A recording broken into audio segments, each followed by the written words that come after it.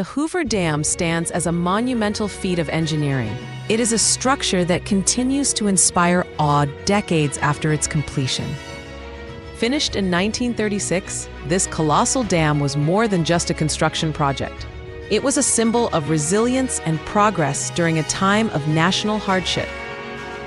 It stands today as a powerful testament to human ingenuity. The vision and skill required to conceive and build such a structure were extraordinary. It also stands as a testament to human ambition. The desire to control nature on this scale was unprecedented. The dam was a critical project undertaken during the Great Depression. It represented a massive investment in public works. Crucially, it provided much-needed jobs for thousands of unemployed Americans. Workers flocked to the remote Black Canyon, seeking opportunity. The construction of the Hoover Dam fundamentally reshaped the American Southwest. It controlled the unpredictable Colorado River, enabling development. Its primary purpose was to harness the immense power of the Colorado River. This provided flood control, irrigation water, and hydroelectric power. The dam is particularly known for the sheer volume of concrete used in its construction. The scale of the materials required was staggering. A popular headline claim emerged that the dam contained enough concrete to pave a road coast to coast across America. This vivid image captured the public imagination. While the coast-to-coast claim is hyperbolic, it effectively underscores the immense scale of the project. The actual volume is still difficult to comprehend. The dam contains approximately 3.25 million cubic yards of concrete. This is a volume equivalent to a cube, nearly 150 yards on each side. The concrete was poured in massive blocks. These individual sections were enormous, forming the building blocks of the dam.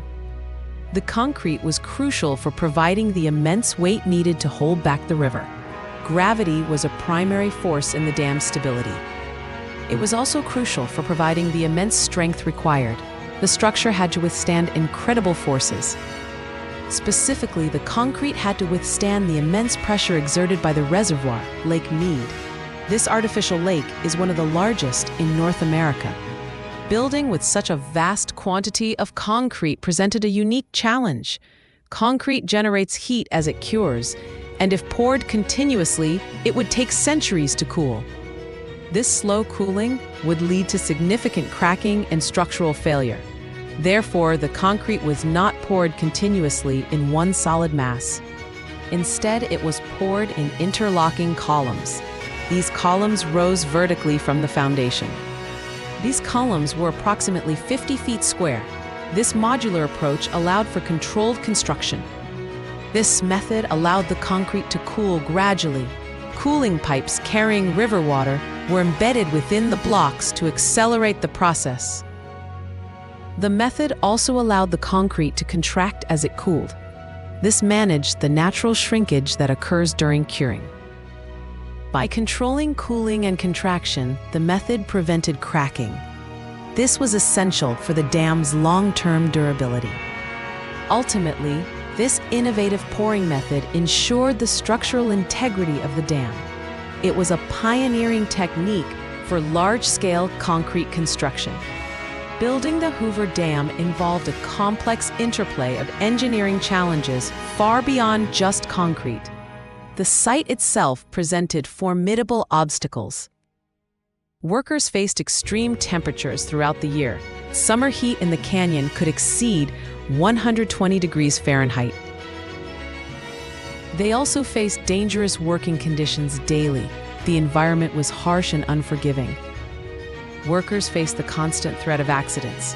Falls, heat stroke, and equipment malfunctions were ever-present dangers. Before construction on the dam itself could begin, it required the complete diversion of the mighty Colorado River. This was a massive undertaking.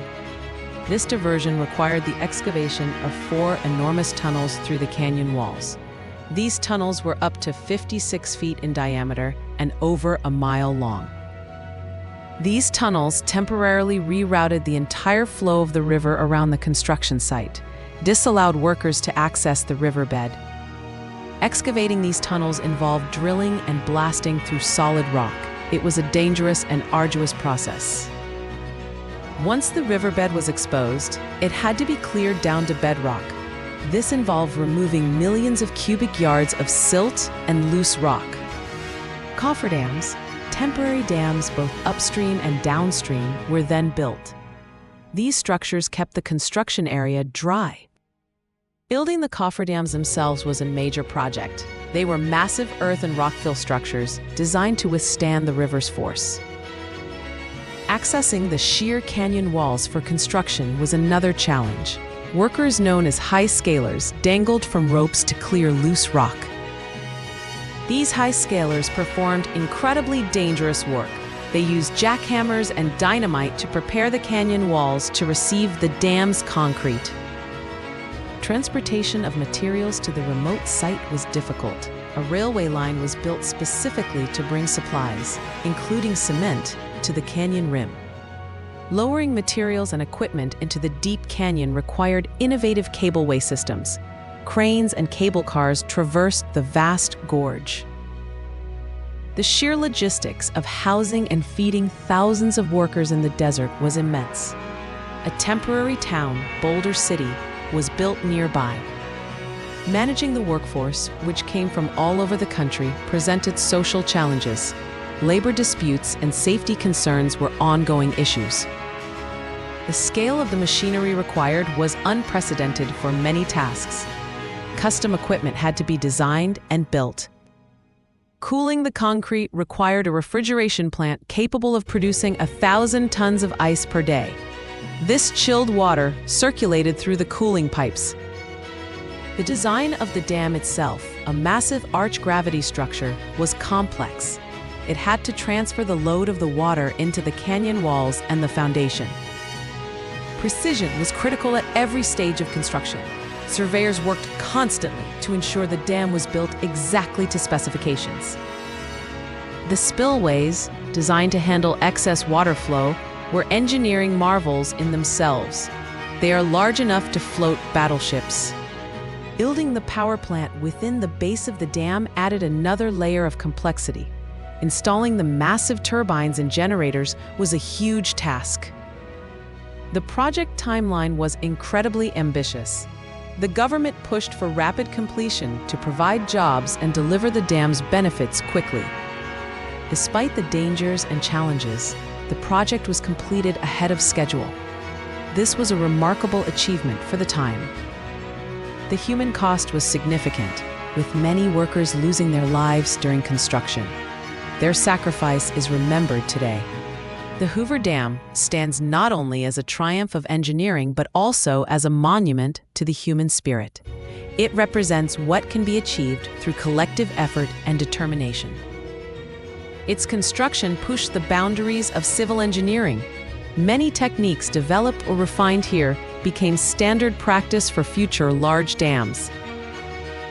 The dam's legacy is profound, enabling the growth of cities like Las Vegas and supporting agriculture across the Southwest. It transformed a desert landscape. Visiting the Hoover Dam today offers a tangible connection to this incredible era of American history and engineering. It remains an awe-inspiring structure. It serves as a powerful reminder of the scale of ambition and innovation possible when faced with great challenges. The concrete stands as a silent testament to that effort.